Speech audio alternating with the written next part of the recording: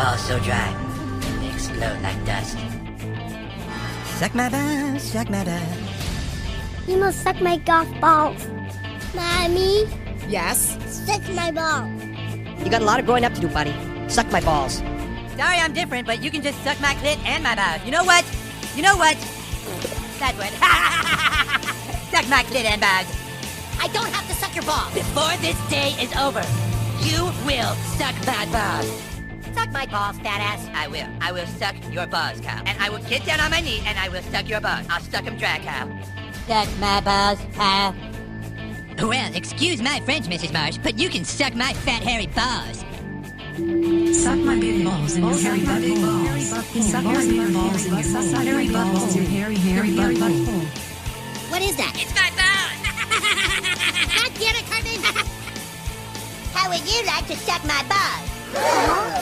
What did you say? I'm sorry. Actually, what I said was... How would you like to suck my balls, Mr. Darcy? Holy shit, dude. Ladies and gentlemen, welcome back to another edition of Suck my balls, suck my balls, my balls, my balls, suck 'em dry. Suck My Balls, a South Park review. I'm your host, Nassim of the Area's Clean, and I'm lighting up that green. Ya boy, MSG. You can follow me on Twitter and on Instagram at Matthew_a Each and every week, my crew is back to talk all that smack. Maybe find some jack, some crack, hit some witches on the back, side. That is a long way away, Jack and crack. But we're back for another edition of Suck My Balls, a South Park review. If you've never listened to our show, review the show in linear fashion. That means episode by episode. We're back for season 6. Cool. So yes, Scoop unexpectedly dropped out the line. Scoop, there it is, Joe. He's fucking... I don't know what just happened. Scoop's internet froze up there.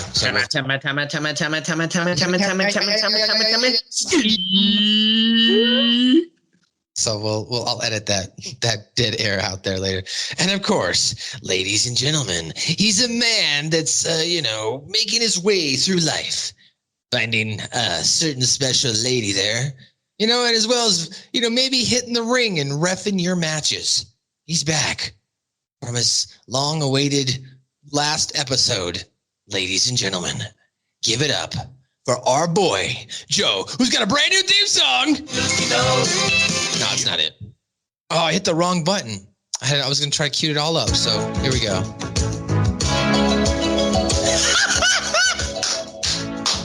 Damn it, I wish Scoop was here for this. Because me and Scoop specifically picked out the song. I Googled songs that are played too much in a grocery store. Because I know that's like the crux and the bane of your existence.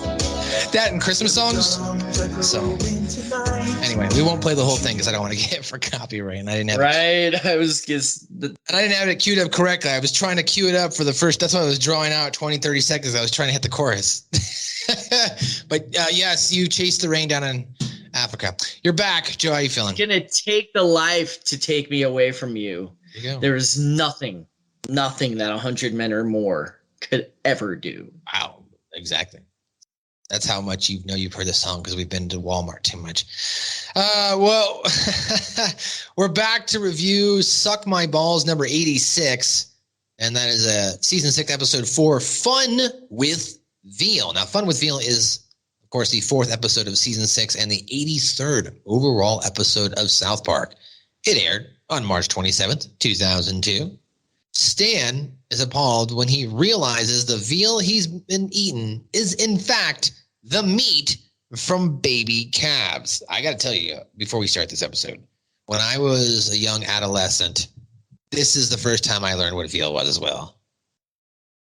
I think I had been told what it was prior, and I just don't like veal all that much to begin with. It's just a little too tender for me or something, I guess. But it was just maybe this was the first time where it kind of really said, oh wait, no, these are baby animals. Like when they had and we'll get into cow farms and look at that one. It looks delicious. So yes, I'm just saying, like, I had no idea that what veal was until I saw this episode of South Park, and I found out that it was baby cows. And to be quite honest, I don't think I've had veal in my lifetime since I've still had cow. Just don't eat baby cows. It feels a little weird. Right. But let's get on to the plot. I haven't had veal parmesan since. Oh, okay. See, like the most, I think, exquisite I've got when it comes to meat since then is maybe like bison when I lived in Montana. And bison's not bad. If you get like a fresh bison burger within the week, it's really good. Really, really good. And like, it just happened to be that I was driving along, like I think I lived in Polson at the time, and I think between Polson and Missoula, it's about 70 miles. You can find little small towns across the way. Well, if you want to avoid the main roads, or let's say if you want to take some traffic to get rid of it, you can go through a side road or go through some of the small towns. And sometimes you can get through faster that way, right? So one day I was just happened to go through and I saw a place that said bison burgers. So like the next day I ended up coming back and like having a bison burger. And I was like, holy frick, this is so much better than like the bison burger in the store you buy. Like, this is amazing. Yeah. So that was pretty good. But Miss Chokes on Dick, she's back in this episode. She's got the 4th grade class with her as they go on a field trip, Joe, to start off the episode. And they're at a farm where they breed and produce cow meat. Let's all say hello to Rancher Bob. I'm pleased to show you all the wonderful world of beef. Follow me. City kids get to go to museums for field trips. We get cow farms. Now out here you can see our cattle. This is where the magic begins as the cows eat, sleep, and prepare for certain death. They look so delicious. Here we have the slaughterhouse. This is where we turn the cows into steaks and burgers. Ew! Ah, dude. Anybody want a free sample? Me. So yes, as you mentioned there at the start of the episode, Cartman is going to portray in this episode the typical meat lover or overzealous meat lover, right? Because I mean, not saying that if you like meat or dislike meat, want to be vegetarian, whatever you want to be, that's your choice. But we all know those people who are super extreme to both sides, who are like, I fucking love meat, America, meat. You're like, all right, calm down, bro. And then like you've got the people that are like, oh my God, I just can't do it. I can't stand meat. It's disgusting. It has a face. So yes, Cartman here in this particular instance, as I mentioned, is going to play that antagonist. And the boys, being Kyle, Stan, and Butters, but more importantly, Stan is going to end up playing, I guess you might say, the words of moral good wisdom, or whatever you want to call it. I don't know. You want to freaking say I it. mean, we know what they were saying he was turning into at the end of the episode. We'll get there. The boys then discover that veal is actually baby cow's meat. And baby cow's meat itself, that's kind of like, as we mentioned, that's kind of disgusting. So the boys are horrified, except Cartman, who joyously claims they look, as we mentioned, they're so tender and scrumptious, and they decide to save the calves from becoming veal. Wait a minute. Veal is little baby cows? Yepper. Then why the hell do they call it veal? Well, if we called it little baby cow, people might not eat it. Yeah, I wouldn't have. Me neither. Oh man, look at that one. It looks delicious. What? Succulent and juicy. Can we have a free sample of these too? Well, no, but all these veals are going to the slaughterhouse tomorrow morning. They'll be steaks by the afternoon, and then you can buy them at your grocery store. All right. Tomorrow morning? All right. So Stan, Kyle, and Butters then persuade Cartman in the middle of the night to help them rescue calves and bring them to Stan's house. Now, I don't have the full thing here because it's about 90 seconds interaction, but Stan, Butters, and Kyle start by pounding on the window. They're like, come on, asshole. Come on, fat ass. And they're like, come on, you're our friend. You're going to help us. He's like, I'm not really feeling like a friend right now after you called me all these names.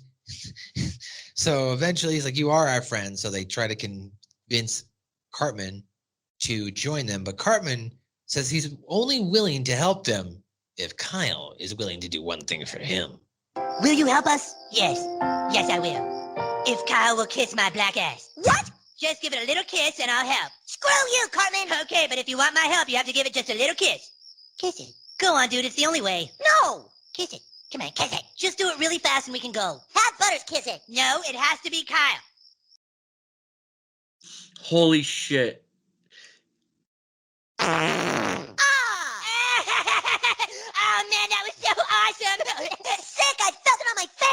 Okay, very funny, Carmen. Now, come on. I'm not going with you. Do you have something to say? Or? It just watch that scene and then watch the Jesse Jackson apology scene. Yeah. Back to back. Kiss it. And then as well as you also got Cartman then kind of reproduces this again. This is also a reproduction again when he kind of the same joke from the pilot episode when he's not willing to help Jeff Goldblum out, or not back to the pilot when we go back to that episode and they have Jeff Goldblum in it again. and Kyle and Cartman's like, I will help you if Kyle does it. So Kyle has to stick his hand inside Cartman and he continues to fart. Yeah. So it's definitely a long running joke of Cartman making Kyle get near his asshole. And then yummy, yummy, I love farts in my tummy. I mean, that's the central of Cartman and Kyle's dynamic relationship is farts. So when they're discovered now by their parents after going to the farmhouse and using Cartman's Mission Impossible kit is what they really need him for. They break in, they steal all the cows out. They realize, of course, that the Veals, the little baby cows, are so weak that they can't walk. So they have to carry them back to Stan's house. Butters refuses to take it to his house. The boys barricade the door, though, until they are promised the calves are going to be safe. And that's, of course, going to be the standoff here for this episode. Stanley, did you see? Oh, crap! Stanley, what are you doing with those calves? That asshole was gonna kill them and feed them to people. Stanley, they belong to him. They don't belong to anybody. Please, Mom, we don't want these cows to die. Let me hit him, Mom! Stanley, this isn't up for discussion. The rancher's going to take his cows back, and you don't have a choice. And, of course, when... Oh, wait, more. Stanley, you open this door right now, or you're gonna get it! No! Stan, you're behaving like a kid. You're the ones who made me eat veal without telling me what it was. You're the ones who knew we were making little baby animals suffer. Open this door now! Kiss my ass! Oh, geez. He said ass to his parents. You're getting in pretty deep, dude. You're getting in pretty deep, dude. That's pretty true. Like when you're a kid and you start talking to your parents, and if you do it to your friends, your friends like, whoa, bro. Like, you sure you want to do this? You're getting going there right now, bro. So they walk downstairs, and the police officer, Officer Barbrady, and the rancher there are trying to get Sharon to, lie and just say that the cows are going to be safe. And Sharon's like, well, no, I can't do that because then he's going to hate me and I'm going to regret it for the rest of my life. Obviously, she just made that same mistake. So at least she's trying to learn. And then Randy, of course, says he can't remove the door without destroying the house. Stan even does give the option to the rest of the guys to stick it out with them and says, hey, it's going to get nasty. And if you want to leave, you can. And Cartman's like, I want out. Shut up, Cartman. We could be grounded 2-3 weeks, possibly. Right. I can't lie to my son, okay? If I betrayed him like that, I'd pay for it the rest of my life. Well, that's just too bad. Look, that's $800 worth of veal up there, and I have to ship it out Friday. What are you going to do, Officer Barbrady? Me? How'd I get into this mess? So what happens now? I'm gonna lock myself in here with these cows until we have a guarantee of their safety in writing. We're with you, dude. Yeah! Don't be so sure, because I'm gonna tell you, this is gonna get ugly. Real ugly. When all is said and done, you could all be looking at being grounded for 3, perhaps even 4 weeks. So if any of you guys want out, just say the word now. I want out. Shut up, Cartman. So now that the rest of the boys are there, of course, or the rest of the parents of the boys arrive now at the marshes. So Sharon explains the situation to the parents. She even is a little combative back and forth with Sheila, Kyle's mom. Sheila being the one saying, I can go up there and I can get him down. So she knocks on the door initially to try to convince him to come out, to no avail. And Sharon sarcastically, oh, good job, Sheila. Yeah, you did a great job there. She continues to pound on the door. And well, Kyle, he's got some words of his own. He yells at her and tells her he's not going to come out. And then Butters' father, Mr. Stotch, even gets in on this. Well, you made me eat veal and didn't tell me what it was. So go ahead and be angry, you baby cow-killing bitch. Very persuasive. Ah! Open this door! Open this door! Oh, let me try. Butters? Butters, this is your father. Oh, sweet Jesus. What do I do? Be strong, Butters. You knew it would come to this. Butters, answer me. But Dad's angry at me. Don't panic. I'll tell you what to say. Butters, right now. Dad, why don't you suck my fat one? What? Oh, sweet Jesus. Oh, sweet Jesus. I like that Butters just willingly says it before he thinks about saying, "Oh, what did I say? I was Right. So oh now, my God. the situation quickly escalates into a standoff between the boys and the police, who are, of course, the boys are now declared terrorists. Before we get to that clip, though, Joe, did you ever cuss at your parents when you were a kid? Maybe once or twice? Yeah. Really? Okay. Yeah. I cussed out my parents quite a bit. I never cussed out my parents too much. Once, I called my mom a bitch, and she stopped the car and made me get the fuck out and walk in the middle of the snow. So I never called my mom a bitch.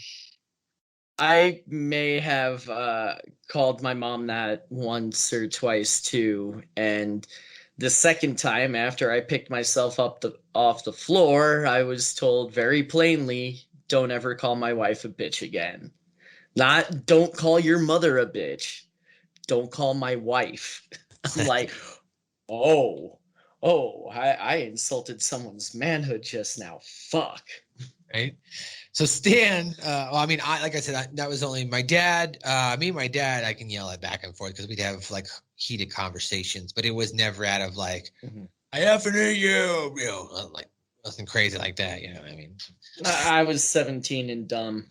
Yeah, no, I did stupid stuff like that too. So maybe not to that extent, but to avoid starving. Now, I'm sorry, the situation as I mentioned there, the situation escalated quickly, so now we're going to get a news update about what's going on outside the boys' house, Stan's house. You guys, check this out. Tom, I'm standing in front of the house where 4 insane boy terrorists have barricaded themselves inside a room with 23 live infant cattle. Hey, look, some other kids are doing the same thing we are. Several attempts to break into the room have proven unsuccessful, Tom, and the crisis is intensifying. Here's what some people had to say. We were just sleeping when suddenly we heard all the commotion. I mean, to think this could happen right here in our own community. We gave those kids everything, and they turned into little John Walkers. So, yes, I don't have this next part of the clip, but the boys do also get some support from the hippies. Cartman's even pissed about that. See that, Stan? Goddamn hippies. So he was Cartman's not happy. Distaste for hippies, yeah. So, but to avoid starving, they eat some food that is smuggled in by Mrs. Cartman, which contains beef jerky and fried chicken. While most of the group is, of course, eager to eat this food, and Cartman happily feeds some of the jerky to one of the calves, while Kyle's saying, "Dude, that's messed up." Dude, food!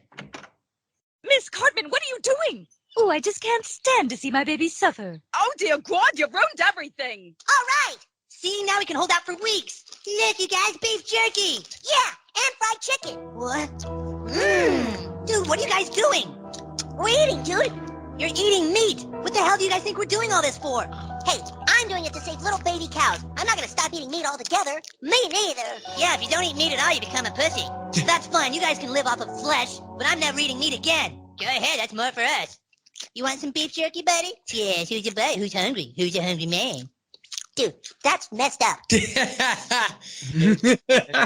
Feeding cow to cow. Who's a hungry man? That being said, it is kind of messed up for us as humans, but in the animal kingdom, that might not be messed up too. So who knows? Animals don't have the morals, I guess, that humans do. They don't see each other like that, or it's one of my own. I don't think there's any strong thought that goes into that. But Stan feels so strong about the cause of saving the calves that he becomes fully vegetarian. Eats only apples. Cartman makes fun of him with a bit of foreshadowing, saying if you don't eat meat, you become a pussy. If you eat meat, you become pussy. As a result, Stan comes down later in the episode with a strange illness and develops sores all over his face, which kind of resemble vaginas.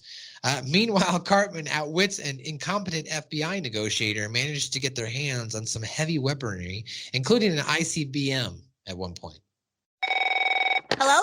Hello, my name is Mike. I'm a negotiator. Is it okay if I talk to you? Hold on. It's some negotiator named Mike. What do I do? Don't give him anything. What do I say? Give me that. Talk to me, Mick. I'm here to make sure we can all end this peacefully. You want that, right? Sure. How about we make a trade just to show that we can trust each other? What'd you have in mind? Well, how about you send out one of the calves? Mike, breaking my balls here, Mike. Just one. That's all we want. All right, how about this? You guys have all the leverage and we have nothing. So how about we give you one calf? Cartman, no! Dude! We'll give you one calf if you'll give us some guns and ammunition of our own. What? I can't do that. Oh, I'm sorry. I thought we were talking here, but I guess you're not talking to me. Goodbye. No, wait. I'm sorry. You're right. What reason do you have to trust me? I'm just a guy from Lakewood trying to make ends meet, just a blue-collar guy like your dad. Don't have a dad, Mike. It's not going to work. Oh, all right. Some guns. I'll see what I can do. Don't have a dad, Mike. Not gonna work. All right, I'll see what I can do. So fucking Cartman lays it in thick there. And of course, Lakewood, Colorado, not too far from myself. Where are you? Yeah. Shout out to Lakewood. Yeah, I was gonna say I was just in Lakewood the other day. Right? I know, it's crazy. I know. I just met some people who are from over there. I was like, oh, what's going on? Just met someone from over there. So, Cartman, of course, he outwitted him. Then he continues to negotiate. He ends up negotiating for a cattle truck driven by Michael Dorn in a full Worf makeup from Star Trek, and he must address Cartman as captain to drive them to the airport so they can escape to Mexico. He also gets the FDA to change the term from veal to tortured baby cow, and he almost gets North and South Dakota. Mike, babe. How we doing? We got a real sick kid here, Mike. Did you get the other things for us? Well, I did manage to get the FDA to officially change the word veal to tortured baby cow. Good. But I couldn't get you North and South Dakota. Oh, Mike, breaking my balls, Mike. Now, please, can we get you to come out? All right, everything is worked out. The boys have promised to come out and bring the cows out with them. All right. I'm sorry I doubted your abilities, Mr. Negotiator. They're coming out now? Yes. All we need to do in return is get a cattle transporting semi-truck that will take the boys and the cattle to Denver International Airport, where we have a fully gassed airplane waiting to take them all to Mexico. What? And they want the guy that plays Mr. Worf on Star Trek to drive the truck. In full makeup. Jesus Christ. All right, that does it. You are, in fact, the worst negotiator I've ever seen in action. All right, I'll give you that. But in return, I want 3 staples. Get out of here! All right, I'll give you that. But in return, I want 3 staples. So now Cartman, while giving directions to Michael Dorn, insists, as we mentioned, that he call him captain. Shut up, you friggin' hippies. That's the hippies, as we mentioned. All right, Mr. Worf, start the engine and put her in gear. Oh, and you must refer to me as captain. Where am I supposed to drive to? No, see, you must say, Captain, where am I supposed to drive to? Captain, where am I supposed to drive to? You're going to back the truck up to the door of the house so we can safely load in the calves. This whole thing is ridiculous. Captain, this whole thing is ridiculous. Captain, this whole thing is ridiculous. I just looked at you reluctantly. So the boys eventually are outmaneuvered, though, by the police as they had put in a bunch of balloons under the truck. So that way, as the boys, Michael Dorn is driving them to the airport, or they're driving them to the airport as they drive by the ranch. As soon as they get towards the ranch, they hit the balloons or hit the button on the car. The balloons go off. And now, of course, then the calves would be fully returned right back to the rancher. However, they're out, as we mentioned, outmaneuvered by police who capture the truck, and the boys are ultimately successful, though, as since at this point the rancher no longer wants his calves, since veal is now known as tortured baby cow meat, and there is no longer a market for veal. All right, boys, just stay right there until your parents arrive. Can I go now? Here you go, Mr. Rancher. I got your cattle bag for you. Oh, well, it doesn't matter now. What do you mean? In the 24 hours since the word veal was officially changed to little tortured baby cow, the market has gone dry. Seems when people see little tortured baby cow on their menus, they don't feel like ordering. Really? Yep, damn things ain't worth spit now. I'll let them live outside with the other cows and live a normal life. You hear that, Stan? It worked. We shut down the veal industry.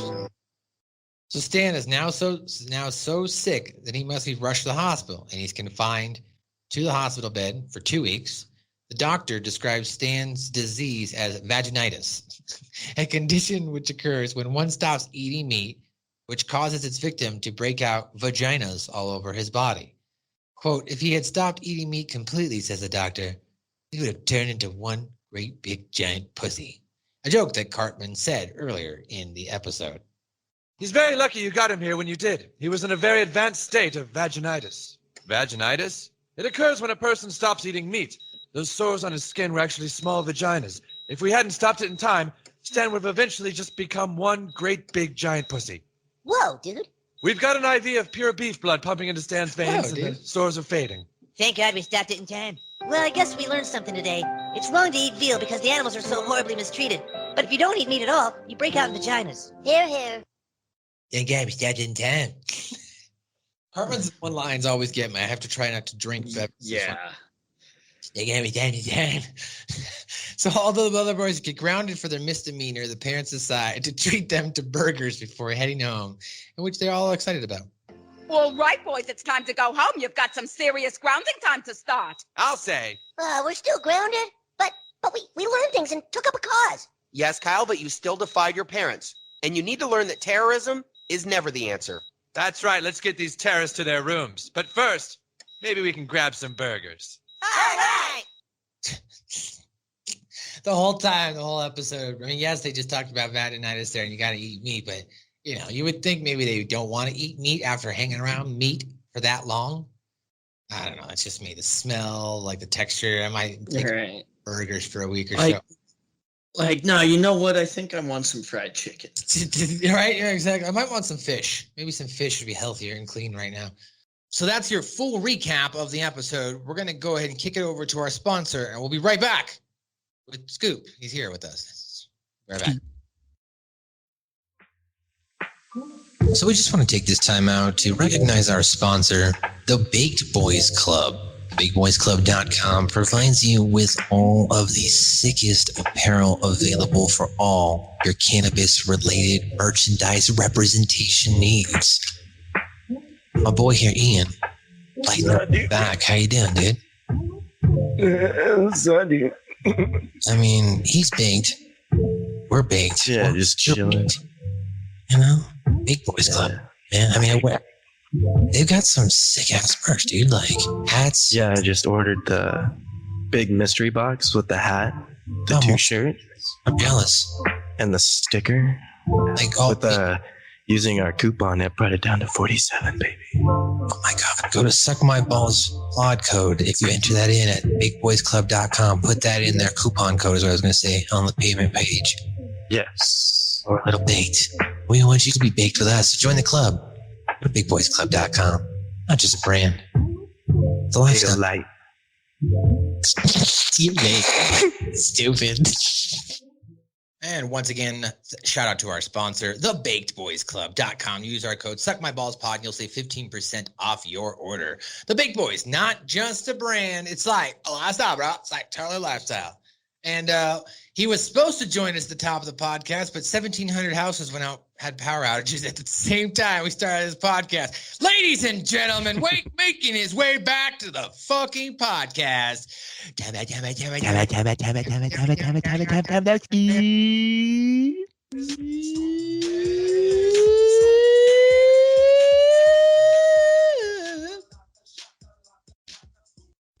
up, Scoop?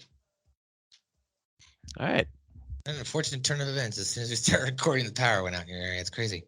Yeah, it was pretty funny. It's just like that. It was all out. And then I've had that happen to me on pin drops. I was on a phone call with Darren, who we had on last week while you were out, and we were trying to get, I don't even remember what pin it was, but we were trying to pick up a pin off one of the pin deal websites, and as soon as 3 o'clock hit, power went out in the whole the whole block. Like somebody had hit a transformer, or like something had fell and hit a transformer. So yeah, it wasn't even like, oh, let me go turn the breaker on. You know what I mean? It was like it was just out for 4 or 5 hours. And that's at that point I actually went and hung out with you that day, Joe. That was the day I called you and I was like, hey, can I come hang out? My power's out.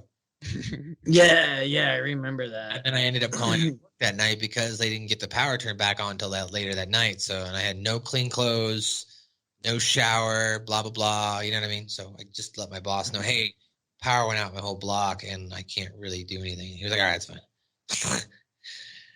So anyway, what did Kenny say still? Kenny is not with us. He will be returning in season 6. But Scoop's back. So Scoop, why don't you take us some of the trivia through Fun with Veal? This is the first episode in which Cartman suggests killing Butters, the second being good times with weapons. Vaginitis is a real illness, although unrelated to the one portrayed in this episode. The illness portrayed in this episode on pellagra, which is caused by a deficiency of niacin, is also common in people who do not eat red meat. A picture of Stan and his dog Sparky is seen in his bedroom. Former Carl Denkins was referred to as former Bob Denkins in this episode. Butters is seen playing adeptly with a G36 rifle. Cartman has already known that Mr. Denkins kills trespassers on sight and Scott Tinnerman must die, which will put the group at fatal risk, but he still joins them. Oh, that's a good point. I didn't even think about that call out. Yeah, that's true. Yeah. But maybe at the same time, that's why they needed Cartman and his Mission Impossible kit, because Cartman knew the lay of the land. He knew. Yeah. Yeah, that's awesome. Cartman states that Stan and Kyle called him names 3 times in the last 3.2 seconds, which is incorrect because the approximate time is 7 seconds. I don't know why I wrote that down. I'm sorry. Stupid fact. The baby That's bulls. a JV fact. I think that is a baby fact. Oh, you wrote that down? No, I'm saying that sounds like some You kind would of write- shit yeah, fact that's- that I would write down. I'm just saying it. That sounds like some shit you see at a con. In the episode Fun with Veal, Cartman says that Stan and Kyle called your names in 3.2 seconds, which is actually approximately 7 seconds. Can you go ahead and elaborate why you chose to use that mathematical time display to articulate how long it took Eric Cartman to formulate his thoughts and point out the fact that he was insulted? Shut up, nerd. Shut up, nerd. In the episode of Itchy and Scratchy, Itchy hits Scratchy with the xylophone on the same rib, and it produces 2 separate tones. So the baby bulls and baby cows have udders, which they don't in real life. When the boys suggest keeping the calves at Butters' house, he says, no, no, no, no, no, no. This audio was later recycled in South Park: The Stick of Truth, where it is sometimes said by his character Paladin Butters when he is attacked. Yeah, it's pretty awesome. Yeah. So that's your trivia there. Joe, why don't you break down the pop culture and the continuity? Randy Marsh compares the boys to Little John Walkers, which was meant as a reference to John Walker Lind, who was called the American Taliban. He was an American who fought for the Taliban at the beginning of the War on Terror. That's right. Michael Dorn. Oh, go ahead. He was once he eventually abducted and put in prison and all that, like back in the United States. Oh, yeah. He got sent to Gitmo, if I remember correctly, because terrorists have no rights. But according to America, I'm not trying to... Anyway, moving on. He was released. Michael Dorn. He was? Yeah, on May 23rd, 2019, was released from the Terre Haute Indian Federal Prison. Oh, wow. Oh, wow. He was in prior to the Indiana. end of his Okay. 20-year sentence. Jesus, so he just got out. That's crazy. Yeah, that was it. And he got out early if he got out in But 2019. he's still got a lot of shit they're because probably- of it. Although he accepted several probation requirements due to his continued support of Islamist ideology, the probation lasts for the remaining 3 years of his sentence. He's probably on like house arrest, halfway house type bullshit. Yeah. So basically, because he didn't leave Islam, they're still labeling him an extremist, and he very well might be, but different political conversation for a different day. As we alluded to earlier in the podcast, Michael Dorn is famous for playing Lieutenant Worf on Star Trek: The Next Generation. He is portrayed in this episode wearing a sweatshirt that bears the logo of Pasadena City College, which is in fact his real-life alma mater. After this episode, Dorn revealed that he was a fan of South Park and would have provided his voice for the episode had he been asked. Nice. That's a good little factoid. Yeah, that is cool. South Park may have still, at this point, may have not necessarily been afraid of asking people, but either just didn't want to spend the money or like, oh no, there's no way this guy likes our shit. Yeah, it's pretty expensive, especially when you're first starting out in like your first 10 season or something, to get like actual famous people to come on there. It was really expensive. But I mean, they had like Jennifer Aniston and Clooney and those guys do it for SAG minimum. I'm sure they could have gotten Dorn to do the same. Oh yeah, true. But Yeah. They got Clooney to play a gay dog. Cartman's Mission Impossible Breaking and Entering playset is a parody of the Mission Impossible series, and you can hear a parody of the theme song playing in the background as the boys are breaking into the ranch at midnight to save the veal. The negotiations over the phone, the cattle truck, and most of this episode, such as the part where Cartman was standing outside the front door ordering that the men step back, is all in homage to the 1975 film Dog Day Afternoon, which, if you haven't seen it, is fucking great. One of Pacino's best. But, well, okay, one of his best that isn't The Godfather. The negotiator tells Cartman that he's just a guy from Lakewood trying to make ends meet. Of course, as we hit on earlier, Lakewood is a middle-class suburb of Denver. That's right. Cartman at one point has a nightmare about Uncle Jesse. This says it's from Full House. It could have been also from Dukes of Hazzard trying to molest him. That's your pop culture. Joe finishes up with some of this continuity. Yeah. That's 3 factoids here. Mm-hmm. After telling Cartman several times not to do so, i.e. in Death, Mr. Hanky the Christmas Pooh, and most famously in South Park Bigger, Longer, and Uncut, Kyle himself calls Sheila Broflovsky a bitch in this episode. This is the second time Cartman makes a creature a cannibal, feeding a baby cow beef jerky. The first time, of course, was I Call It Mr. and Mrs. Tennerman chili. Right. Damn. And physical.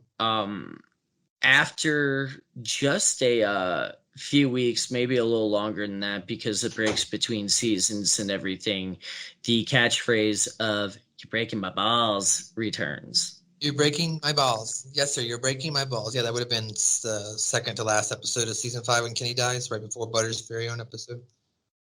Right. Okay, yeah, you're right. So, yeah. Building that shakies. You're breaking my balls. All right, well, that's your continuity, as well as we went through your trivia and pop culture. Wrap up a couple things here. Scoop, what'd you like about this episode? All right, I got a couple things about this episode. First and foremost, when Cartman feeds the cow itself, I thought that was fucking just genius. Right. I kind of like Butters in this one, where he wants to help, but at the same time he can't. You know, that's stupid. I liked the vaginitis. That was pretty funny, and I loved the negotiator, because that's not what happens at all in real life. You don't get anything from a negotiator. Well, that news just terrible. Yeah, Cartman got him good too. That's pretty funny. Yeah. Worf, and I definitely love them adding Worf. I need Worf to drive the truck. No, it's sorry, Captain. That was a couple looks like of Joe's as well. Joe, what else did you like? All 3 of mine. Sure, you guys had the same 3. There was the the only other thing that really jumps out is in the beginning of the episode. Well, not the beginning of the episode, probably around the middle. When the news labels them boy terrorists or whatever. It was just and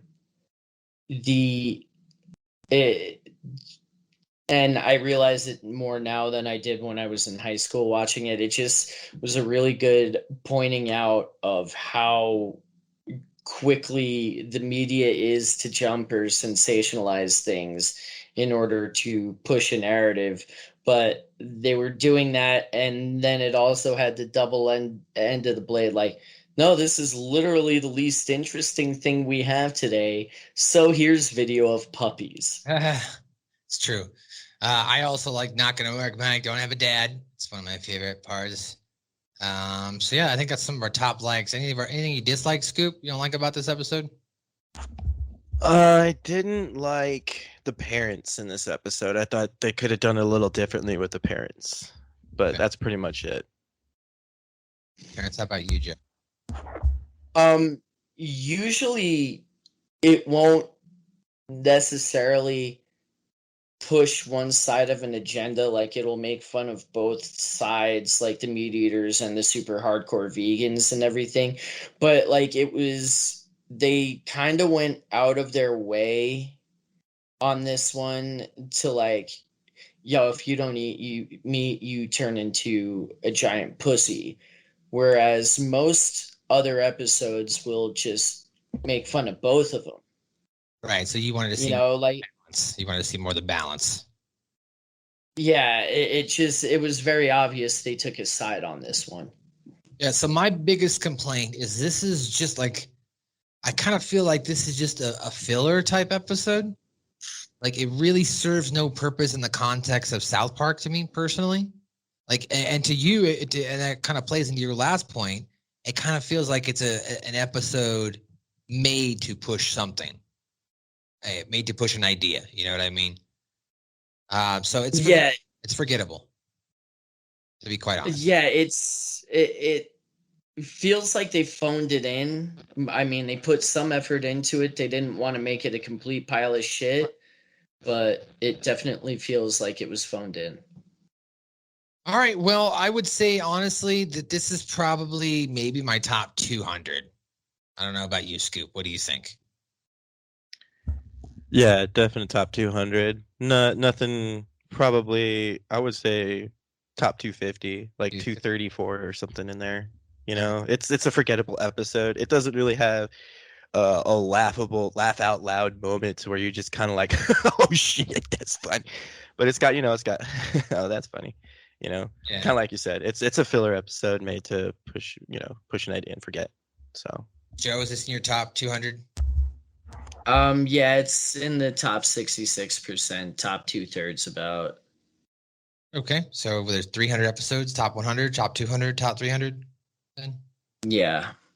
Top 200 then? What you're saying? Yeah, top 2. Yeah, top 2. Give me a number here, guy. Top 200. Yeah. All right. Well, guys, there you go. There's another edition of Suck my balls, suck my balls, my balls, my balls, suck 'em dry. As I mentioned at the top of the show, I'm your host. The theme of the year is clean, and I'm lighting up that green. Yeah, boy. MSG. Follow me on Twitter and Instagram, Matthew_Schaffer. Each and every week, I host a podcast called Light the Fuse. It's an AEW review podcast where we review and break down AEW Dynamite. You can check it out on patreon.com/Hami Media Group or on youtube.com/Hami Media Group or Ben Hami's YouTube channel itself, Mr. OVW.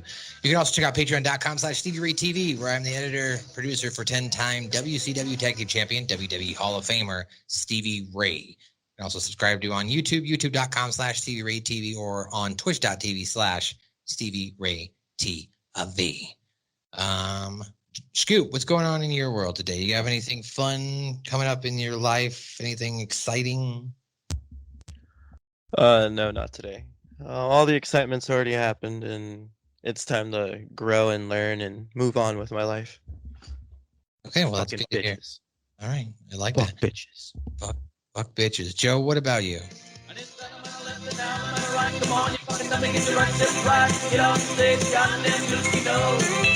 You piss me off. This is going to be after August 8th, so if you weren't in Salt Lake City for Devotion Championship Wrestling featuring the big LG Doc Gallows and What Is Wrong With You, I got Primo's Premier Pro Wrestling coming up at the Watering Bowl in Denver on August 29th.